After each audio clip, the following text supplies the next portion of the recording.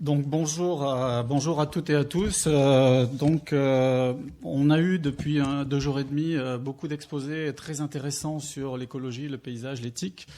Moi, je vais sortir les gros mots. Je vais vous parler d'argent, je vais vous parler d'euros.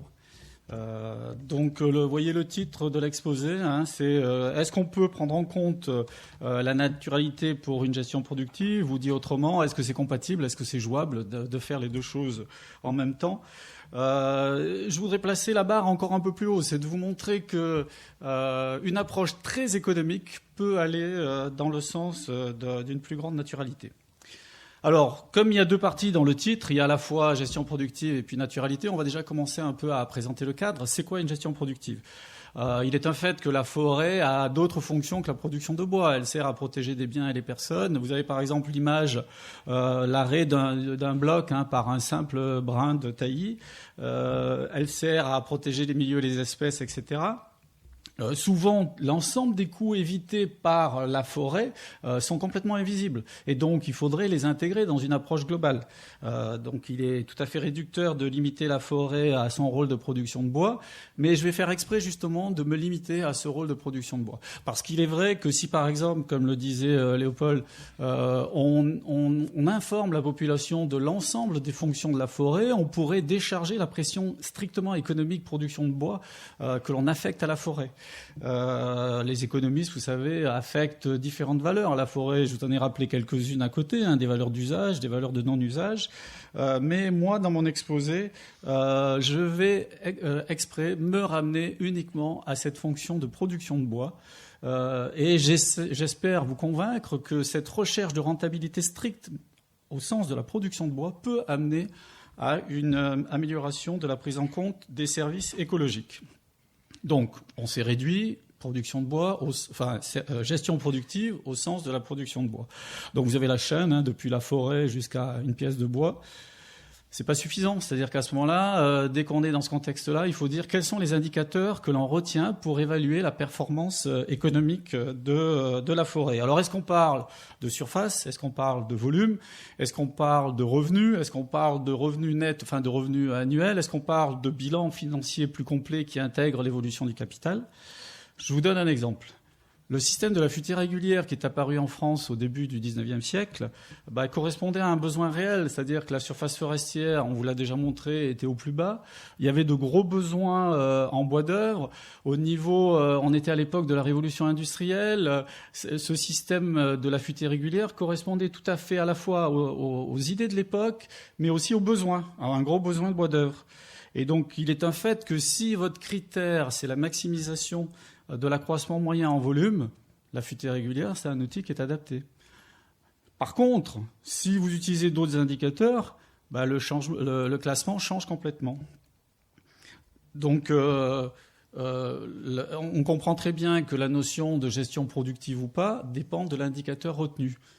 Malheureusement, trop souvent à l'heure actuelle, les indicateurs que vous voyez dans la plupart des publications restent encore trop liés au volume. C'est pas vraiment une évaluation économique. On vous dit ces personnes-là font de l'économie, mais dans la pratique, il n'y a pas d'évaluation économique complète.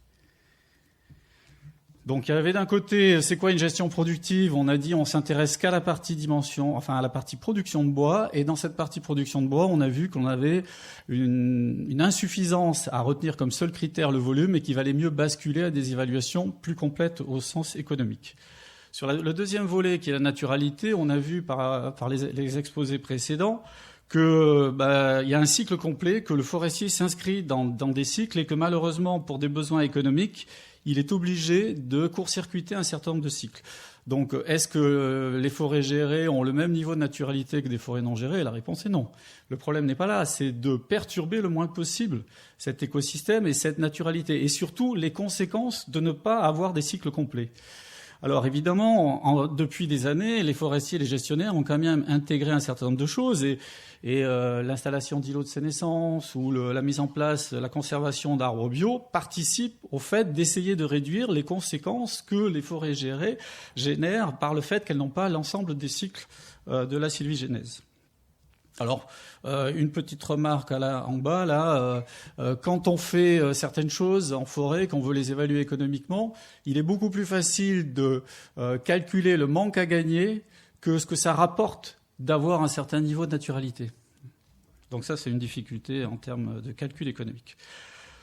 Donc, en termes de naturalité, on sait qu'une forêt gérée n'a pas le même niveau. Donc, on admet une dégradation. La question, c'est est-ce qu'elle est plus ou moins forte selon les modes de traitement. À ce moment-là, on tombe sur deux grandes stratégies. Stratégie numéro 1, il y a un lien très faible entre les cycles naturels et puis la production forestière. J'ai emprunté cette image à Daniel Valory le premier jour. Là, je l'ai trouvé assez exceptionnel. On voyait bien que la production est complètement déconnectée des cycles sylvicoles. Et puis, je pense que les endroits où il n'y a pas de forêt, c'est parce qu'il y a de la pente. Ça ne va pas être super pour la production. Et donc, on voit bien qu'on a plaqué sur un territoire un système de production qui, en général, entraîne raccourcissement des cycles de production, modification de la composition en essence, et qui entraîne aussi de spécialiser le territoire avec toujours les questions quel pourcentage, etc., etc. Deuxième stratégie, je vais chercher un lien beaucoup plus fort entre la production et les cycles naturels. L'idée, c'est de diminuer les intrants, d'essayer d'intégrer le mieux possible les enjeux à la gestion. Et évidemment, nous avons des exemples. Il y a l'association ProSilva et en particulier aussi ProSilva France, l'AFI, qui sont dans cette stratégie numéro 2. Et ce que je voudrais aujourd'hui, c'est vous montrer que le calcul économique, c'est un outil, il n'est pas bon ou mauvais, mais il peut aussi, contrairement à ce que peut-être vous pensez, vous donner des arguments pour justement justifier cette seconde stratégie. Je commence par la stratégie numéro 1. La liniculture, c'est vraiment l'exemple un peu extrême de la gestion en futée régulière. Vous connaissez ça, par exemple, dans le massif des Landes, mais c'est quelque chose qui est très répandu à l'échelle mondiale. L'objectif, c'est quoi? C'est de faire des gains en augmentant, en homogénéisant la production. L'indicateur principal, c'est la production en volume. Petit bémol, souvent les calculs de rentabilité dans ce genre de système n'ont pas intégré l'ensemble des risques de production. Dans cette stratégie, l'objectif est de maximiser la production. Et donc inconsciemment, on se dit, mais si on maximise la production, c'est bon aussi pour le propriétaire parce qu'il va gagner de l'argent. Or ça, on sait depuis assez longtemps. 1791, que c'est pas vrai du tout. Il y avait une discussion entre Buffon, que vous connaissez, naturaliste, botaniste, mathématicien, et puis quelqu'un que vous connaissez peut-être moins bien, qui s'appelle Varenne de Fenny, qui était un forestier, qui a posé les bases des tas de notions de dendrométrie. Et Varenne de Fenny a montré que l'optimum, si on voit la forêt comme une usine à bois et qu'on raisonne en volume, n'est pas le même que si on raisonne en revenu argent. Et que le revenu argent arrive beaucoup plus tard. Et que donc les âges d'exploitabilité seraient plus élevés si vous avez une vision économique au sens strict et non pas une vision dendrométrique. Volume. Donc, si vous avez un propriétaire averti au sens où il doit faire quand même la différence entre les notions de revenu et de capital, pour lui, la recherche de la rentabilité à long terme va conduire à se rapprocher d'une gestion plus naturelle. Alors pourquoi? Un petit peu de théorie rapide. Le principe de l'actualisation. C'est quelque chose qui a été inventé par un forestier allemand, Fossmann, ça remonte au milieu du 19e siècle. Sur la gauche, application numérique toute bête. Vous avez une dépense de 1 000 euros. Au bout d'un an, si vous la placez à 3%, avec un taux d'actualisation de 3%, c'est comme si vous aviez dépensé 1 030 euros. Vous continuez, au bout de 100 ans, c'est comme si vous aviez dépensé 19 000 euros. En sens inverse, vous dites, si j'espère une recette plus tard de 19 000 euros au bout de 100 ans, elle ne permet de justifier qu'une dépense initiale de 1 000 euros. C'est quoi ça? C'est une incitation directe à limiter les dépenses. Donc, indirectement, on se dit on veut quand même produire de la forêt, on va quand même utiliser un peu plus la dynamique naturelle. Il y a des choses qui se passent dans l'écosystème. Si on les utilise, ça sera autant d'argent que l'on ne va pas dépenser. Ça ne veut pas dire que je milite pour aucune dépense en forêt, mais ça veut dire qu'il faudra raisonner il faudra analyser de manière très dure les dépenses que l'on injecte en forêt, parce qu'une des caractéristiques de la forêt, c'est que c'est très compliqué d'amortir les dépenses. Il y a eu quelqu'un qui a fait un exposé sur le fait que notre société, tout évolue très vite, que on n'a plus cette perception du long terme, que c'est le temps court qui est en train de gagner. Et quand je vous dis que le principe de l'actualisation, entre parenthèses, on l'appelle aussi le coût du temps, ça peut peut-être donner cette idée que je vais dans ce sens-là, c'est-à-dire que tout va très vite, que le temps a un coût et donc il faut aller très vite. C'est peut-être pas très intuitif, mais non. Vous voyez le graphique du bas vous donne ce que représente un capital que vous dépensez si vous le dépensez tous les 50 ans ou si vous le dépensez tous les 25 ans. Avec comme référence 1, c'est tous les 50 ans. Vous apercevez que si vous raccourcissez, ce que je veux dire par là, vous raccourcissez vos cycles de production. Ça veut dire quoi? Ça veut dire que vous dépensez plus souvent vos investissements initiaux. Donc votre capital dépense augmente au cours du temps. Contrairement à ce que pourrait laisser croire le coût du temps. Autre exemple de stratégie numéro 1, j'ai pris des photos aux États-Unis, comme ça vexe personne. Vous avez une logique classique, amélioration génétique, travail du sol, plantation, éventuellement quelques éclaircies. Vous voyez que le peuplement il n'est pas très beau en qualité. Et puis à la fin, il y a ce qu'on appelle des contraintes écologiques qui vont faire qu'on va conserver des buffers le long des cours d'eau, on va conserver des pièces de bois. Mais toute cette chaîne va générer des dépenses. Alors ce qu'on fait souvent, c'est que toutes ces dépenses, on les ramène à l'instant zéro, à l'instant initial. Et ce que je veux faire par cette diapo, là, c'est vous donner quelques ordres de grandeur. Si vous êtes, par exemple, dans le cas du pain maritime et que vous fixez un taux d'actualisation de 3%, un investissement initial de 2000 euros, 2000 euros, c'est l'ensemble des frais que vous ramenez à l'instant zéro. Ça sera compliqué de les amortir. Si vous êtes à 1500 euros, c'est jouable. Mais à condition de ne pas avoir trop de tempêtes. C'est-à-dire que si vous intégrez les risques de production, ça va être ric-rac. Ce que je voulais faire aussi, c'était la phrase du bas, là, c'est que c'est un peu une illusion de croire qu'une plantation de chêne ou de hêtre sera rentable. C'est-à-dire quand vous investissez 3 000 euros, 4 000 euros, c'est très très compliqué d'amortir ce genre de choses. Ça veut dire que par rapport à des plantations en plein, il vaut mieux s'orienter plutôt par des techniques de point d'appui, des techniques d'enrichissement. Aller introduire des essences, on le verra après, des essences exotiques, ça a un coût que vous aurez du mal à justifier. Donc on a vu que les dépenses, c'est compliqué de les amortir et qu'on a plutôt intérêt à utiliser la dynamique naturelle. On voit aussi qu'une forêt, c'est un capital financier. Je prends un exemple, c'est la conversion des taillis sous-futés en futaies régulières. C'est un système qui a démarré au milieu du 19e siècle. Je vous ai mis un exemple des phases. Lorsqu'on convertit un taillis sous-futé en futaies régulières, on passe forcément par 3 phases. Une phase de capitalisation, parce que le vrai taillis sous-futé, c'est entre 4 et 10 mètres carrés de surface terrière, donc il faut l'augmenter. Et puis après, on a la conversion proprement dite, et après, en général, on a un trou de production pour finalement arriver à la futée régulière. Et vous avez en ordonnée les revenus en euros. Alors, le cycle vous paraît très long parce que ça fait 350 ans. Qu'est-ce qui s'est passé? C'est que ça fait bien longtemps qu'on ne gère plus vraiment le TSF. Et donc, actuellement, c'est les générations passées qui ont déjà absorbé la perte de capital, les dépenses indirectes. Et donc, actuellement, on démarre plus sur la conversion. Mais à titre d'application numérique, je vous ai pris un exemple. J'ai dit, supposons que le cycle complet pour arriver à la futée régulière, ce soit de 225 ans. Je vous signale entre parenthèses que la forêt domaniale de Troncé, la conversion a été entamée il y a 225 ans et que c'est pas terminé. Donc, partant d'un TSF qui aurait un revenu annuel net de 90 euros par hectare et par an, il faudrait, pour que la conversion soit économiquement justifiée avec un taux de 3%, qu'à terme, la forêt rapporte 43 000 euros par hectare et par an. Un des gros inconvénients sur des choix politiques qui ont été faits, c'est qu'ils n'ont pas été évalués en matière économique complète et que souvent, on passe d'un système à un autre, ça a un coût. Prenons une application pratique, le changement climatique. On a vu que c'est compliqué de justifier des dépenses et que quand on fait une transition, qu'on passe d'un système à un autre, j'ai des peuplements mélangés, chênes, hêtres, pins sylvestres dans les Vosges du Nord, je veux planter du Douglas. Je passe d'un système à un autre. J'ai des coûts de transition qui vont impacter le capital.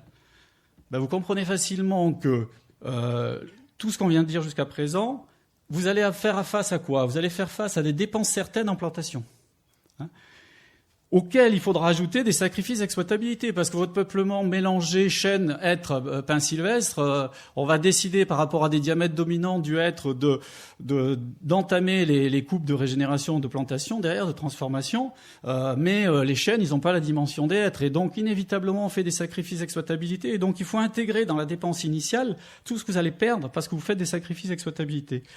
Et en recette, vous allez mettre des manques à gagner, la recette finale, plus éventuellement ce que vous auriez perdu si vous aviez gardé des hêtres qui risquent de dépérir, et des perspectives de recettes avec une certaine probabilité de risque que j'ai appelé petit a, parce qu'on sait très bien avec le FFN que chaque fois qu'on introduit une nouvelle espèce, ça se passe pas forcément de la même façon. Donc les personnes qui vous disent que c'est un peu inconscient de ne pas se préoccuper des changements climatiques parce qu'ils vont arriver et que par conséquent, étant donné que la forêt c'est sur des cycles très longs, je pense qu'ils ne sont pas à la vision du propriétaire qui assume les risques et que le coût même public de ce genre de transformation risque d'être assez fort. Donc plutôt que de raisonner, ce que je vous propose maintenant, c'est d'aller voir un autre critère qui serait le temps de rotation du capital. Alors le temps de rotation du capital, c'est quoi? C'est-à-dire, vous êtes propriétaire d'une forêt qui vaut 5 000 € de l'hectare. Au bout de combien d'années vous allez récupérer 5 000 € par le biais de coupe, tout à ce qu'à la fin, il vous reste 5 000 €. Vous voyez, vous partez de 5 000 €.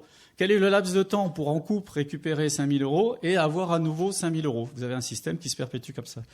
Donc c'est le temps de rotation du capital. On sait que si on gère correctement les forêts, on doit pouvoir avoir des temps de rotation du capital de moins de 30 ans. Donc vous avez quelques exemples sur cette figure. En ordonnée, vous avez des temps de rotation du capital. Pour un certain nombre de dispositifs AFI, ce sont des parcelles de référence. Je vous signale qu'au premier étage, il y avait des petits bouquins, il en restait peut-être encore, de l'AFI. Si vous en êtes pas servi, vous pouvez aller les récupérer. Donc c'est assez intéressant de voir des propriétaires privés, puisque ce sont beaucoup des dispositifs en forêt privée qui suivent de manière un peu intensive ces aspects économiques pour essayer d'adapter la gestion. Et vous comprenez très bien que si vous avez des temps de rotation du capital de 15 ans, le problème du changement climatique ne se pose pas du tout de la même façon. Vous allez pouvoir suivre au cours du temps l'impact des peut-être augmentation des sécheresses, de certains aléas un peu catastrophiques, mais c'est pas du tout la même chose que si vous dites je pars maintenant sur une plantation, quelles essences je mets pour que plus tard, dans 150 ans, je puisse la récupérer, quoi. Autre risque de production au-delà du changement climatique, c'est la volatilité des cours du bois. Parce que le plus gros problème économique en forêt, c'est quand même celui-ci, avant les changements climatiques. On le voit par rapport au hêtre. Si on a des grosses difficultés à l'heure actuelle avec le hêtre, c'est que le marché du hêtre s'est effondré. Donc je vous ai mis à titre d'illustration le prix unitaire au mètre cube en ordonnée au cours du temps pour 3 essences de qualité C. La qualité C, c'est la qualité la plus représentée. Et on voit qu'il y a des phénomènes de cycle et qu'on a tout intérêt à gérer des forêts mélangées parce que ça permet mieux d'absorber les fluctuations des prix unitaires. Je vous ai mis sur ce graphique-là la volatilité du cours du bois du chêne selon les qualités. Qualité 1, la meilleure qualité, jusqu'à la qualité 3. Au cours du temps, par dimension, par classe de dimension, sur une période qui date de 1958 à 2007. Donc si on voit le graphique du haut, on s'aperçoit que la volatilité des bois de qualité est plus forte. Donc on dit c'est contraire au fait d'essayer de garder des gros bois de qualité. Parce que les graphiques en haut sont des graphiques en valeur absolue, mais si vous les regardez en valeur relative, la volatilité des gros bois n'est pas plus forte. Elle est même légèrement inférieure. Et comme on sait très bien que les revenus d'une forêt sont directement liés à la quantité de gros bois, donc on retrouve là à nouveau l'intérêt de maintenir des gros bois en forêt. Un des inconvénients de cette gestion très économique au sens production de bois de la forêt, c'est qu'elle génère des peuplements trop propres. Et donc c'est tout l'intérêt de ce genre de colloque d'essayer de faire la jonction entre, d'un côté, les écologues qui nous apprennent qu'il y a certaines choses auxquelles on n'avait pas pensé sur le fonctionnement de l'écosystème, et on va essayer d'intégrer ces connaissances. Alors évidemment, le colloque de 2004, etc., nous a beaucoup apporté pour mettre en place des indicateurs. Et les indicateurs un peu classiques, c'est la quantité de bois mort sur pied, au sol, etc., selon les dimensions. Vous avez par exemple le graphique de droite là-bas. Vous avez d'autres types de graphiques. Il faut aussi savoir que quand on met en place des systèmes de suivi pour se dire on va aussi suivre ce compartiment-là, ce compartiment qui est censé nous synthétiser un peu la naturalité, il faut aussi que le gestionnaire dise mais combien ça va me coûter de suivre ces choses-là. Donc pour avoir des indications, le surcoût de ces indicateurs est estimé à peu près à 15% du système de suivi, ce qui veut dire c'est entre 0,1 et 0,4 € par hectare et par an. Tous les propriétaires ne le font pas, ce système de suivi, mais ce qu'on pourrait vendre, ce système, c'est en disant c'est aussi une prime d'auto-assurance. C'est-à-dire qu'on sait aussi, je vous ai dit, on peut facilement calculer un manque à gagner. On a du mal à calculer ce que ça rapporte d'intégrer la naturalité. Mais même si on a du mal à le calculer, on pourrait essayer d'argumenter en disant vous avez là une sorte de prime d'auto-assurance, un système qui fonctionne bien au niveau naturel, il pourra peut-être être plus résilient, plus efficace aussi en termes économiques, parce que vous allez avoir moins de pertes. Donc il faut à la fois accepter de garder certains gros bois, et c'est quand même assez facile de trouver des gros bois de mauvaise qualité, et ça coûtera beaucoup plus cher de l'exploiter que de le laisser sur pied, parce qu'un arbre, quand vous l'exploitez, vous faites de la casse, il y a toujours des problèmes, il peut y avoir des problèmes en tout cas. Donc prendre conscience que la naturalité, c'est quelque chose que l'on peut mettre avec. Il faut pas non plus avoir des indicateurs de naturalité qui vont prendre un temps fou, parce que les gestionnaires, ils pourront pas mettre ça en place. J'en arrive aux conclusions. Il y en a plein. Hein. On pourrait en parler longtemps. Je vous ai mis, pour un propriétaire avisé, la recherche d'une certaine rentabilité peut aller dans le sens d'une gestion écologique. Les plantations en plein, c'est très très compliqué de les amortir, quoi. Et même si vous avez des gros chablis, vous dites j'ai un chablis énorme, il faut absolument, j'ai 15 hectares par terre, il faut que je replante ça. Avant de planter en plein 15 hectares, essayez des systèmes de point d'appui, utilisez au mieux la dynamique naturelle, et puis ça coûtera beaucoup moins cher, il y aura des résultats qui seront de meilleure qualité. Je vous ai parlé du fait que malheureusement trop souvent les indicateurs, ça tourne autour du suivi en volume. L'étape d'avant, c'est même le suivi en surface. Hein. On va partir du principe que le suivi en surface est vraiment primaire.